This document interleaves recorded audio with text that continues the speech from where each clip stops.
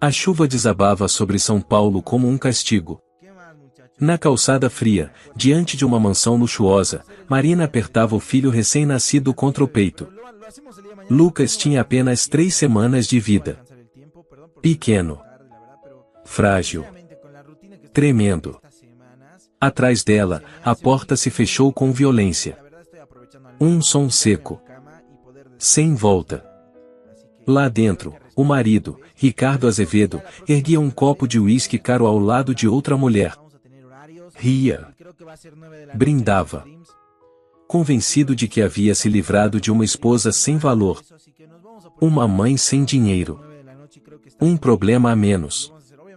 Ricardo tinha certeza de uma coisa, de Marina não tinha nada. Mas enquanto a chuva molhava seus cabelos e o choro do bebê se misturava ao vento, um segredo silencioso começava a se mover. Um segredo capaz de virar aquela casa, aquela fortuna e aquela vida do avesso. Dedo indicador apontando para a direita. Fique até o final e escreva nos comentários: você teria forças para recomeçar depois de ser jogada na rua com um bebê nos braços? Dentro da mansão, o silêncio nunca significava paz. Era um silêncio pesado, sufocante, como o ar antes de uma tempestade. Marina sentia isso no corpo. Na pele. Na respiração curta. Era uma terça-feira de fim de tarde, e a casa cheirava a produto de limpeza forte. Marina esfregava a bancada de granito da cozinha havia quase meia hora. Não porque estivesse suja, mas porque Dona Celeste, sua sogra, exigia perfeição absoluta. Ainda está opaco, disse a voz fria atrás dela. Marina se virou devagar. Dona Celeste estava ali, envolta em um chale caro, observando a bancada como quem avalia um defeito humano. Não olhou nos olhos da nora. Nunca olhava. Já limpei 2 vezes, respondeu Marina, com a voz baixa. Ela não dormia direito havia dias. Lucas, o bebê, acordava a cada 2 horas. Cólicas. Choro. Exaustão. Mesmo assim, Ricardo havia decidido que mãe e filho deveriam dormir no quarto de hóspedes. Ele precisava descansar para os negócios. Meu filho trabalha 12, 13 horas por dia, continuou Dona Celeste. O mínimo que você pode fazer é manter a casa apresentável. Não é como se você contribuísse com mais alguma coisa. Marina sentiu o gosto metálico do sangue ao morder a língua. Não ia chorar. Não ali. Não na frente dela. Vestia um moletom simples e uma calça de algodão. Eram as únicas roupas confortáveis depois da cesariana. O corpo ainda doía. Mas dor física ninguém naquela casa respeitava. O som da porta se abrindo fez o estômago de Marina se contrair. Ricardo tinha chegado mais cedo. Ele entrou na cozinha sem olhar para ela. Alto. Elegante. O terno sob medida contrastava com o cansaço duro no rosto. Abriu a geladeira, pegou uma água com gás importada e bebeu tudo de uma vez. Boa tarde, disse Marina, tentando soar normal. Como foi o dia? Ricardo bateu a garrafa vazia sobre a bancada. Um inferno. Tudo depende dessa parceria nova. Se eu errar, perco tudo. Marina se aproximou por instinto, tocou o braço dele com cuidado. Ele se afastou na mesma hora, como se o toque queimasse. Não encoste em mim agora. Ela recuou. Engoliu seco. Hoje vem alguém importante para jantar, disse ele. Muito importante. Eu não sabia. Lucas precisa mamar em pouco tempo. Ricardo bateu a mão na bancada. Os talheres tremeram. Chega de desculpas com esse bebê. A mulher que vem hoje pode decidir minha carreira. Você vai subir, colocar um vestido decente e sentar à mesa sorrindo. Entendeu? Marina assentiu em silêncio. Sentiu os olhos arderem, mas não deixou cair uma lágrima. Pouco depois, o interfone tocou. Marina desceu já trocada, o vestido apertando a cintura sensível. A campainha soou como um aviso. Quando a porta se abriu, Bianca Farias entrou como se fosse dona da casa. Confiante. Perfume caro. Salto alto. O beijo que deu no rosto de Ricardo durou mais do que devia. Que casa charmosa, disse Bianca, sorrindo. Um pouco tradicional, mas agradável. Ricardo sorriu diferente. Um sorriso que Marina não via havia meses. Marina, esta é Bianca, disse ele, sem emoção. Ela cuida da parte estratégica da parceria. Bianca olhou Marina de cima a baixo. A avaliou. Julgou. Sorriu com desprezo. A esposa. A palavra caiu como um tapa. Durante o jantar, Marina quase não falou. Bianca e Ricardo conversavam sobre investimentos, fusões, cifras milionárias. Riam. Trocam olhares. Os pés se tocavam sob a mesa. Marina viu. Sentiu. Entendeu. Naquela mesa, diante da sogra cúmplice e do marido indiferente, Marina percebeu uma verdade dolorosa. Ela não era mais esposa naquela casa. Era apenas alguém que ainda não tinha sido oficialmente descartada. A noite avançou pesada. O jantar terminou tarde, mas Marina mal percebeu. Subiu as escadas com o corpo doendo e o coração ainda mais cansado. Lucas chorava no quarto. Ela o pegou no colo, embalou devagar, sentindo o cheiro morno de bebê misturado ao perfume caro que ainda impregnava a casa. Lá embaixo, risadas abafadas. Taças tilintando. Ricardo e Bianca continuavam juntos. Como se nada tivesse acontecido. Na manhã seguinte, Marina desceu cedo. A cozinha estava um caos. Garrafas vazias. Pratos sujos. O cheiro azedo de álcool. Ricardo já estava lá, mexendo no celular, rosto fechado, olheiras profundas. Preciso do terno cinza limpo hoje à noite, disse ele, sem levantar os olhos. E não faça jantar. Vou chegar tarde. Marina respirou fundo. Sobre ontem eu me senti humilhada. Você permitiu que ela... Ricardo bateu o celular na bancada. Pelo amor de Deus, Marina. Não começa. Bianca é estratégica. Se eu precisar sorrir, sorrio. É assim que o mundo funciona. Você entenderia se tivesse trabalhado de verdade algum dia. Ela sentiu o chão ceder por dentro. Eu trabalhei, disse baixo. Na galeria. Antes de vender quadros para turista não é carreira, cortou ele, já pegando a pasta. Cuida da casa. E mantém o bebê quieto. Minha mãe reclamou do choro. A porta bateu. Marina ficou sozinha, sentada, olhando para as próprias mãos. Por um instante, pensou que não aguentaria mais um dia. Às 10h15, o telefone tocou. Ela atendeu sem esperança. A voz do outro lado era firme, educada. Disse seu nome completo. Falou de documentos, de uma herança, de cifras que pareciam irreais. Marina escutou em choque. Quando desligou, o mundo não era mais o mesmo. Ainda assim, ela escolheu acreditar que aquilo podia salvar tudo. Salvar o casamento. Decidiu preparar uma noite especial. Queria contar a verdade. Acender velas. Colocar os papéis sobre a mesa. Mostrar que não eram inimigos. Às 6h30, a porta se abriu. Ricardo entrou. Dona Celeste atrás. E Bianca. Com eles, um homem de terno simples carregando uma pasta. O que está acontecendo? Perguntou Marina, confusa. Ricardo não respondeu. Apenas apontou para o sofá. Senta. O homem abriu a pasta. Papéis deslizaram sobre a mesa de centro. Estou pedindo o divórcio, disse Ricardo, num tom frio. Isso acabou. Marina sentiu o ar faltar. Eu tenho algo para te contar. Não quero ouvir, se interrompeu ele. Você não tem nada. Nada a oferecer. Vou te dar uma ajuda por alguns meses.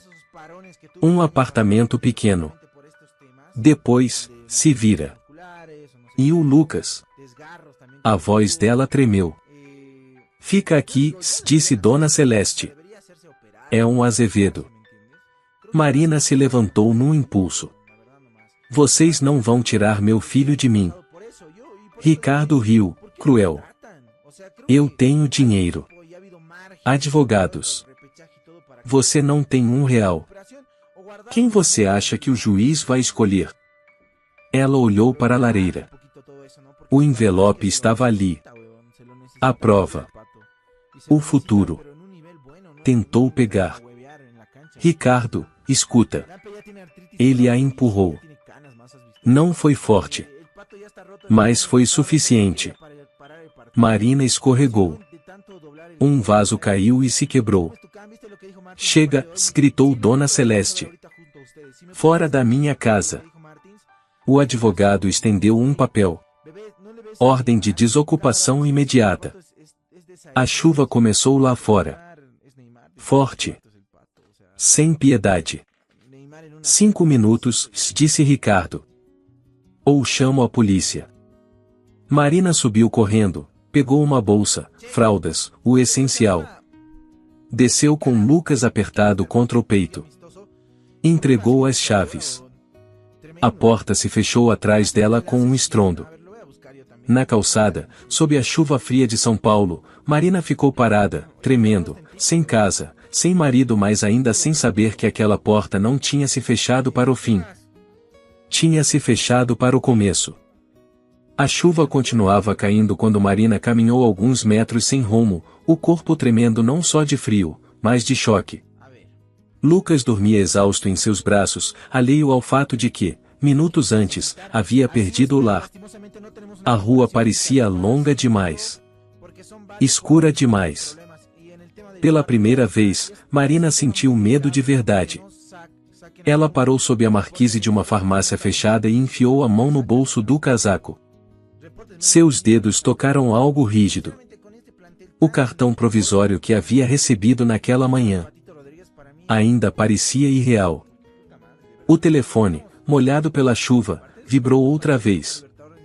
Marina respirou fundo e ligou. Doutor Eduardo Monteiro?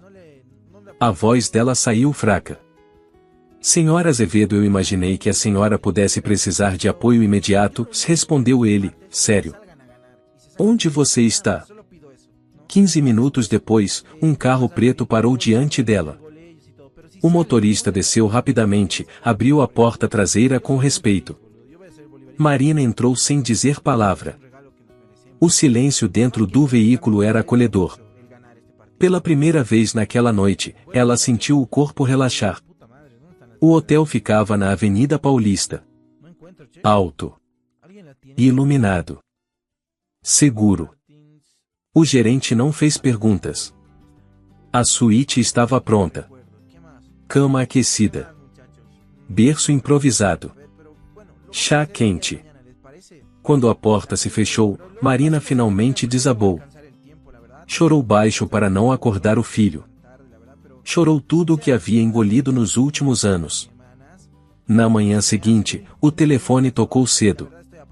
Precisamos conversar com calma, disse o advogado. O que aconteceu ontem não muda os fatos. E os fatos são claros. Eles se encontraram ainda no hotel. Eduardo abriu uma pasta grossa sobre a mesa. Documentos. Certidões. Relatórios. Seu pai biológico, Antônio Vasconcelos, foi fundador do Grupo Friosul Logística, um dos maiores complexos de armazenamento refrigerado do país, se explicou. Ele faleceu há 3 meses. Não deixou outros herdeiros reconhecidos. Marina sentiu o coração acelerar. Minha mãe, ela nunca quis falar dele. Ela tentou proteger você, respondeu Eduardo. Mas agora não há mais como esconder. Um exame de DNA confirmou. Você é a única herdeira. Ele fez uma pausa curta, como quem escolhe as palavras. O patrimônio total, considerando imóveis, participação industrial e ativos financeiros, está avaliado em aproximadamente 12,8 bilhões de reais. Marina ficou imóvel. Não era alegria. Era vertigem. Isso é grande demais. É responsabilidade, corrigiu ele. E poder. Mas o que você faz com isso é escolha sua. Marina olhou pela janela. A cidade acordava. Pessoas comuns indo trabalhar. Pensou em Ricardo. Na sogra. Na porta fechando. Na chuva. Eles não sabem, disse ela, quase em sussurro. Ninguém sabe, confirmou o advogado. Por enquanto. Em alguns dias, será público. Mas até lá, tudo depende do seu silêncio. Ela pensou por alguns segundos. Depois respirou fundo. Não quero vinganças, disse. Quero justiça. E quero proteger meu filho. Eduardo assentiu. Então vamos agir com inteligência. Naquele mesmo dia, Marina assinou os primeiros papéis. Recebeu acesso a contas, assessores, proteção. Nada chamativo. Nada público. À noite, sentada sozinha na suíte, Marina segurou Lucas e sussurrou. Mamãe vai consertar tudo.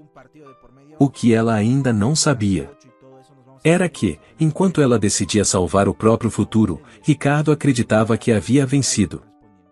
E essa seria a pior ilusão da vida dele. Os dias seguintes passaram como um fio esticado demais. Marina manteve-se recolhida no hotel, longe de olhares curiosos. Para o mundo, ela era apenas uma mulher recém-divorciada tentando se reorganizar. Para poucos, começava a se tornar algo muito maior. Ainda assim, por dentro, Marina continuava a mesma mãe exausta que acordava de madrugada para acalmar Lucas. Naquela manhã, enquanto embalava o filho perto da janela, o telefone vibrou. Uma mensagem curta do advogado: os documentos estão prontos. Quando quiser, podemos tornar tudo oficial. Marina fechou os olhos por um segundo. Poderia expor tudo. Poderia virar o jogo de uma vez. Mas algo dentro dela pedia cautela. Ela pensou em Ricardo. No rosto tenso. Na obsessão pela carreira. Pensou que, se soubesse da herança, talvez ele mudasse. Talvez o peso desaparecesse. Talvez o casamento pudesse ser salvo. Era uma esperança frágil, mas ainda viva. Decidiu fazer algo simples. Preparar um jantar. Contar a verdade com calma. Colocar os papéis sobre a mesa e dizer: não precisamos mais lutar. Passou a tarde planejando. Comprou ingredientes bons, nada extravagante. Queria normalidade. Acendeu velas. Separou o envelope com cuidado. Vestiu um vestido azul discreto, aquele que Ricardo costumava elogiar quando ainda a olhava. Às 6:30, a porta se abriu. Ricardo entrou primeiro. O rosto fechado. Atrás dele, Dona Celeste. E logo depois, Bianca. Marina sentiu o chão fugir por um instante. Não estavam sozinhos. Nunca estavam. O que é isso? Perguntou Marina, tentando manter a voz firme. Eu preparei o jantar. Precisamos conversar. Ricardo não respondeu. Apenas fez um gesto seco para que ela se sentasse. Não vai ter jantar, disse ele. Isso aqui é mais rápido. Um homem entrou logo atrás. Terno simples. Pasta na mão. Este é meu advogado. O coração de Marina começou a bater errado. O advogado colocou os papéis sobre a mesa. O som do papel tocando a madeira ecoou alto demais.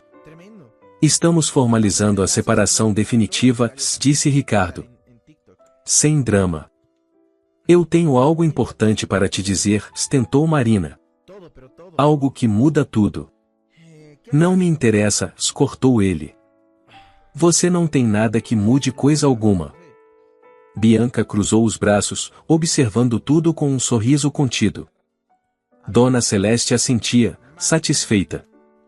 Você vai receber uma ajuda temporária, continuou Ricardo. 6 meses. Depois, se vira. Talvez consiga um lugar pequeno na periferia. Marina respirava com dificuldade. E o Lucas? Fica aqui, respondeu a sogra, seca. Criança precisa de estabilidade. Você não tem. Aquela frase doeu mais que o empurrão da noite da chuva. Vocês não podem fazer isso, disse Marina, levantando-se. Ele é meu filho. Ricardo riu, um riso sem humor. Eu tenho dinheiro. Influência. Advogados caros. Você não tem um centavo. O juiz decide fácil. Marina olhou instintivamente para a lareira. O envelope estava ali. Tão perto. Tentou alcançá-lo. Ricardo, escuta. Ele a interrompeu, segurando seu braço com força. Chega.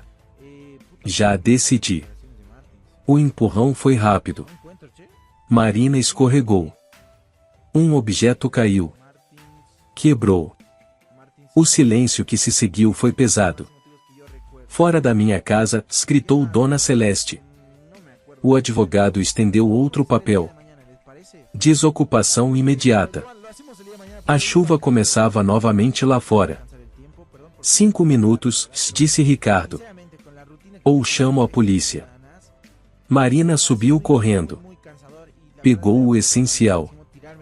Desceu com Lucas nos braços. Entregou as chaves. Nenhum pedido de desculpa. Nenhuma dúvida. Quando a porta se fechou atrás dela, Marina entendeu, enfim, a verdade que vinha evitando. Ela não tinha sido expulsa por falta de dinheiro. Tinha sido expulsa porque eles acreditavam que ela não valia nada. E esse erro custaria caro. 4 semanas se passaram. O suficiente para que o choque virasse foco. O medo, disciplina. Marina não voltou à antiga casa. Não ligou. Não pediu nada. Enquanto Ricardo acreditava que ela estava sumida, Marina se reconstruía em silêncio. Naquela manhã, o céu de São Paulo estava limpo e frio. Em frente à torre espelhada da Frio Sul, carros de luxo chegavam sem parar. Era o dia da reunião decisiva. A fusão que poderia salvar ou afundar-se empresas inteiras. Executivos apressados cruzavam o saguão, falando baixo, tensos. Um sedã preto parou. A porta se abriu.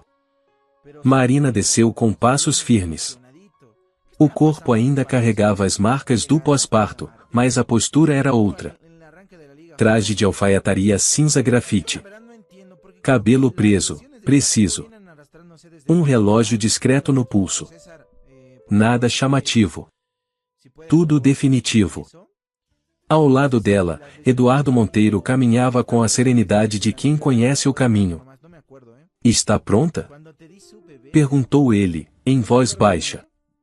Estou desde a noite em que fui jogada na rua, respondeu Marina, sem olhar para trás. No saguão, Bianca conferia o celular, impaciente. Vestido claro, sorriso ensaiado.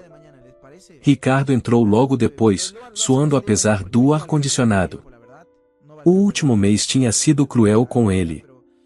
Dívidas acumuladas. Pressão por resultados. A mãe cobrando. Bianca perdendo a paciência. A fusão era a última carta. Ricardo avançava em direção aos elevadores quando quase esbarrou em Marina. Olha por onde anda, começou, irritado. Parou. Travou. Piscou 2 vezes. Marina? Ela se virou devagar. Olhou de cima a baixo. O mesmo olhar que ele tantas vezes usou contra ela. Você parece cansado, disse, tranquila. Dormiu mal? Ricardo engoliu seco. O que você está fazendo aqui? Perguntou. Como entrou? Isso aqui não é lugar para você.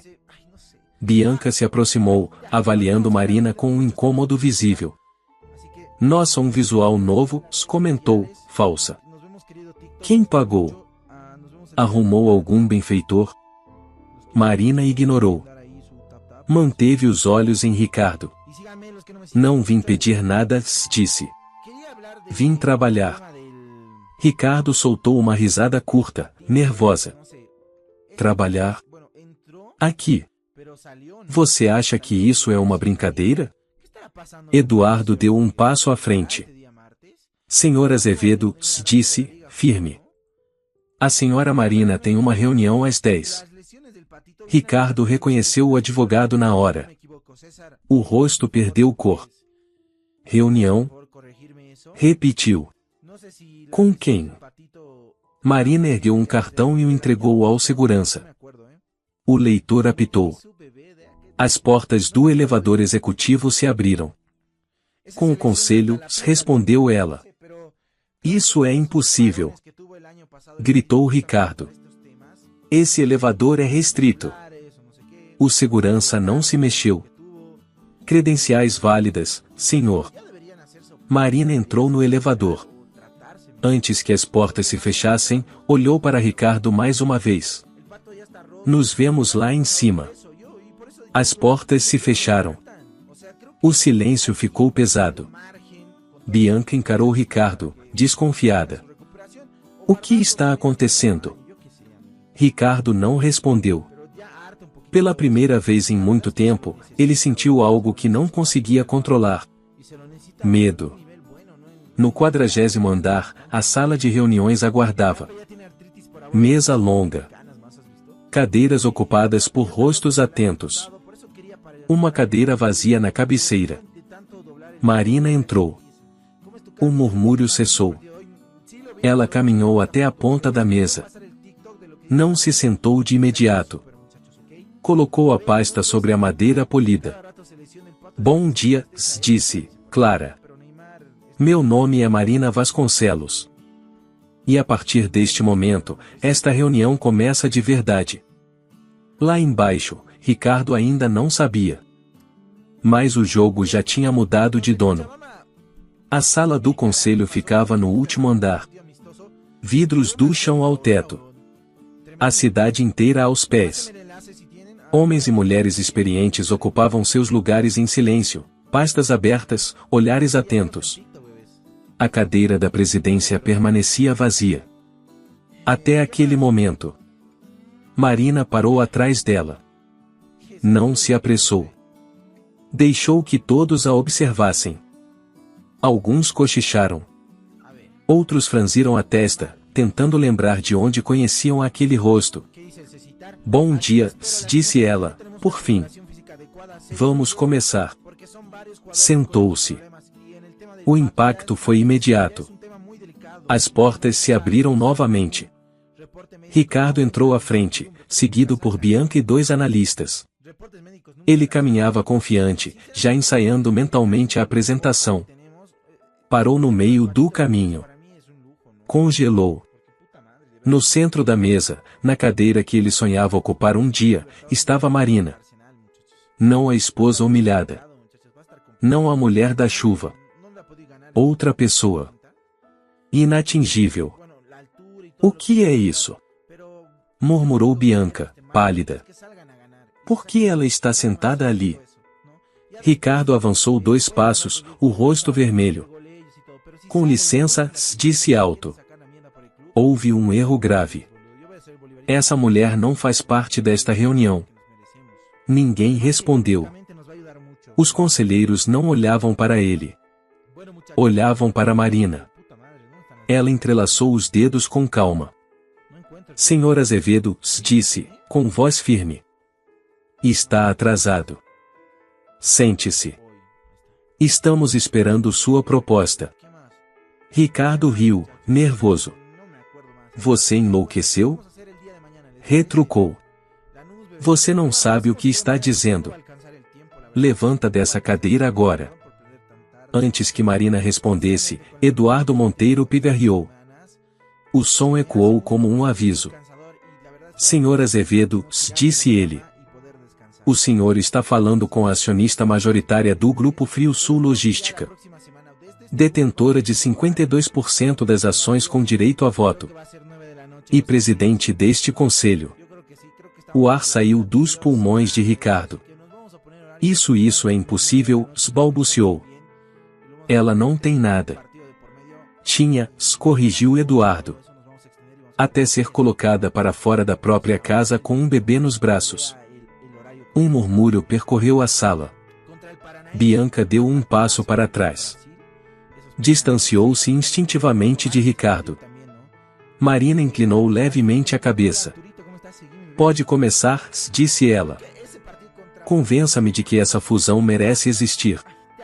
Ricardo sentou-se devagar. As mãos tremiam. Tentou falar. A voz falhou. Há sinergia entre as empresas. Mais alto, pediu Marina. Não ouvi. Ele respirou fundo. Seguiu. Errou números. Pulou tópicos. Confundiu dados. Cada palavra parecia pesar toneladas. Marina deixou que ele se expusesse. 10 minutos longos. Humilhantes. Então levantou a mão. Basta. Abriu uma pasta. Sua proposta valia nossa divisão refrigerada em 3 bilhões de reais, disse. Nossa auditoria interna, concluída na semana passada, aponta valor real acima de 5 bilhões de reais. O senhor tentou nos subavaliar para garantir bônus pessoal. Ricardo tentou protestar. Além disso, continuou Marina, sua empresa está alavancada além do aceitável. Se esta fusão falhar, vocês entram em inadimplência em menos de 40 dias. Silêncio absoluto. Vocês vieram aqui achando que não haveria herdeiro. Que poderiam desmontar esta empresa por dentro, concluiu ela. Erraram. Marina se levantou. Todos os conselheiros fizeram o mesmo. A proposta está rejeitada. E mais, o nosso departamento jurídico abrirá investigação por práticas predatórias. Ricardo se levantou num impulso. Marina, por favor, sua voz quebrou. Eu perco tudo. Ela o encarou. Fria.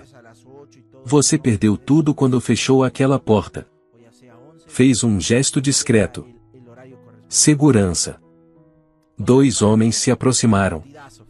Bianca, lívida, afastou-se. Eu fico com quem vence, disse, rápida. Marina sorriu de lado. Então escolheu errado. Ambos foram retirados da sala. Quando a porta se fechou, Marina respirou fundo. Olhou para a mesa. Agora, disse, vamos falar de crescimento. E, naquele instante, ficou claro para todos. A mulher que fora desprezada. Agora decidia destinos. 6 meses depois, São Paulo brilhava de outra forma para Marina. Não era mais a cidade fria que a expulsara numa noite de chuva. Era o lugar onde ela havia se reerguido. Naquela noite, em um evento beneficente discreto, Marina caminhava com serenidade, sem buscar aplausos.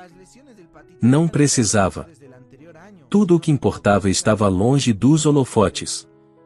Enquanto conversava com alguns executivos, ouviu 2 homens comentarem perto do bar. Falavam de Ricardo. Diziam que havia perdido o cargo, que a empresa afundara em dívidas, que agora tentava sobreviver vendendo carros usados nos arredores da cidade. Ninguém mencionou Marina pelo nome. Mas todos sabiam quem tinha virado o jogo. Ela não sentiu prazer. nem vingança. Apenas silêncio por dentro. Um silêncio bom. De fechamento. Pouco depois, o celular vibrou. Uma mensagem simples da babá: Lucas deu os primeiros passos hoje. Marina sorriu. Os olhos marejaram. Todo o poder do mundo não se comparava àquela imagem mental, seu filho em segurança, crescendo longe da humilhação que ela viverá.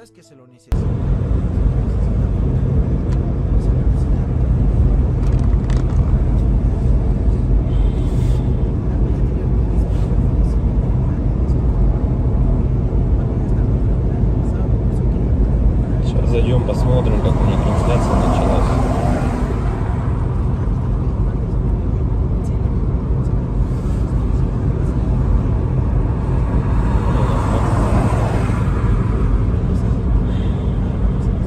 Если вот рассматривать, я говорю, задумываясь о том, что прожитые типа 30 лет, так смотришь на многих людей, которые сейчас, соответственно, живут, которым в районе 30, которые уже потеряли вообще вкус к жизни, да, радость какую-то от жизни. Таких, причем, кстати, становится все больше и больше. Мне кажется, этот средний возраст, когда говорили, что начинается вот этот кризис среднего возраста, он тоже сместился, как и говорят, что сейчас люди, в принципе, быстрее взрослеют, быстрее осмысливают все, да, почему-то это всегда все в плохом больше ключе на самом деле, да, вот что сейчас дети, к примеру, быстрее взрослеют, вот, и мне кажется, кризис вот этот среднего возраста, он, наверное, тоже сместился. И вот я думаю, что он сместился где-то в районе 30 лет. Опять-таки, это тоже не со всеми, наверное, связано. Не у всех людей так, все люди разные. И когда приходишь к той мысли о том, что помимо того, что люди сами по себе стали такие вот, наверное, депрессивные, да, времена такие сложные, да, вот это вот еще извне много каких вещей случается, на данный момент, которые людям усугубляют эту ситуацию на самом деле, вот этой депрессии, вот этих кризисов, да, каких-то переходных моментов в жизни. И непонятно, если конец этому всему, да, наступает у людей потом белая полоса в жизни, или они не могут выбраться из нее. Примеров достаточно на самом деле много. К примеру, вот сосед у меня есть такой хороший парень был, и есть, он хороший человек сам по себе, но вот у него сейчас очень сложные времена такие, как бы дизмораль на него напала о том, что он не реализовался в своей жизни к 30 годам, что жизнь у него кончена. И не может он выбраться из этой ситуации. Да? Как говорят, если мы говорим, что это мужики такие, да, типа слабые, да, какие-то, безморальные, как бы такие вот, что в основном это случается, наверное, зачастую, может быть, это у мужиков случается в этом возрасте, такой кризис, наверное, да, каких-то неудач в своей жизни, не пришедших ни к чему достойному и хорошему. Но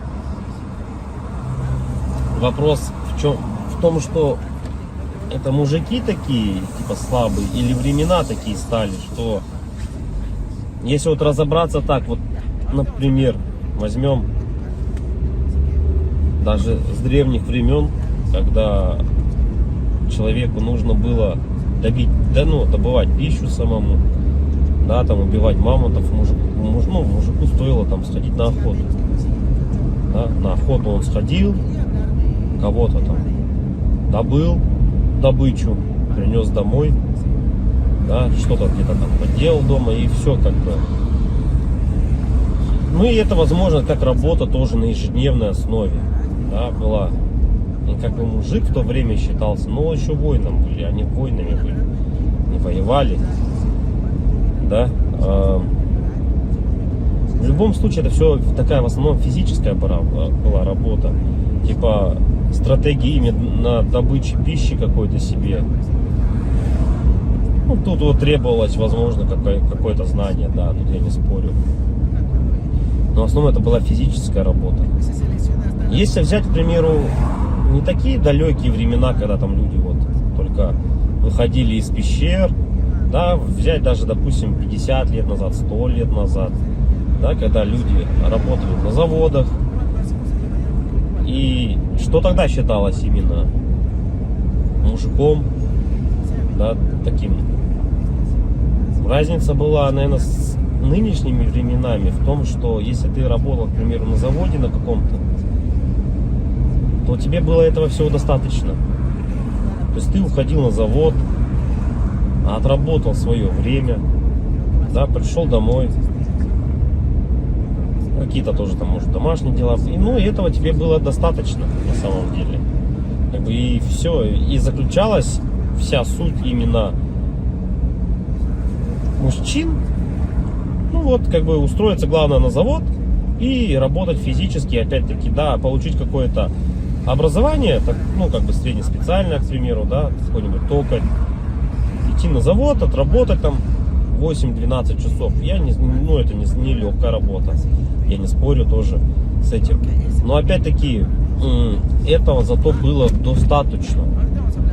Человек уходил, он отрабатывал там 12 часов и понимал, что ему будет всего достаточно. Ради этого и была, наверное, главная и основная мотивация. Да? И если перенесемся мы, наверное, в наше время уже, сейчас, на данный момент, то есть люди просто не знают на самом деле, как заработать.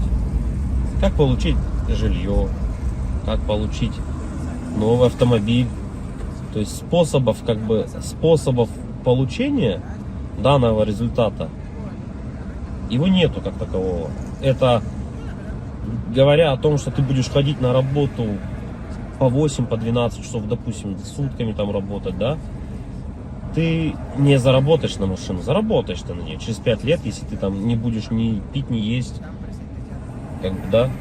Ну ладно, если вообще не тратить деньги, то заработаешь. Ну такого же невозможно, это же только где-то в сказках.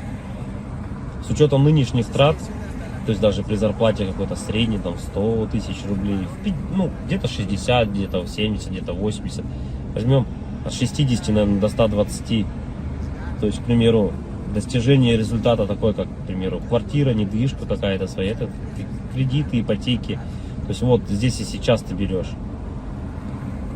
И залазя все глубже и глубже, то есть, как сказать, взял ты, к примеру, себе недвижимость, да, в ипотеку, пусть она будет так. Помимо тех трат, к примеру, помимо этой ипотеки, там, ремонт и так далее, тебе за эти 20 лет нужно и телефоны менять, и одежду менять, и так далее, там, кушать надо.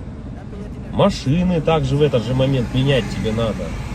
И то есть это кабала на самом деле такая, она дизморальная. И к чему это все? Что же значит мужик в наше время, который ходит на завод, работает 12 часов, а денег у него все равно нету? Как бы добычу он принести уже не может, да? Ну типа он может сходить в лес, но от этого толку особо не будет. И, наверное, сам интернет, во-первых, расфорсил вот это вот все, то, что люди должны зарабатывать какие-то миллионы. Они должны зарабатывать. Это было бы шикарно, если бы каждый зарабатывал. Но каждый по своей сути не может столько зарабатывать, да, потому что не хватит денег, чтобы каждый. А может их и хватит, но никто никому не даст так зарабатывать. И вот возвращаясь, к примеру, к тому, что какая зарплата? 1300, наверное, должна быть в наше время, чтобы как бы себя, наверное, обеспечивать, да, хорошо, одному. кто же тогда мужик в наше время? Типа, что он должен делать? Что он должен выполнять? Как бы, если он ходит на работу, но смысла от этого нету. Ну, как бы он есть, да, у тебя какой-то идет доход, но если его недостаточно. Смотришь другие профессии, другую работу, да,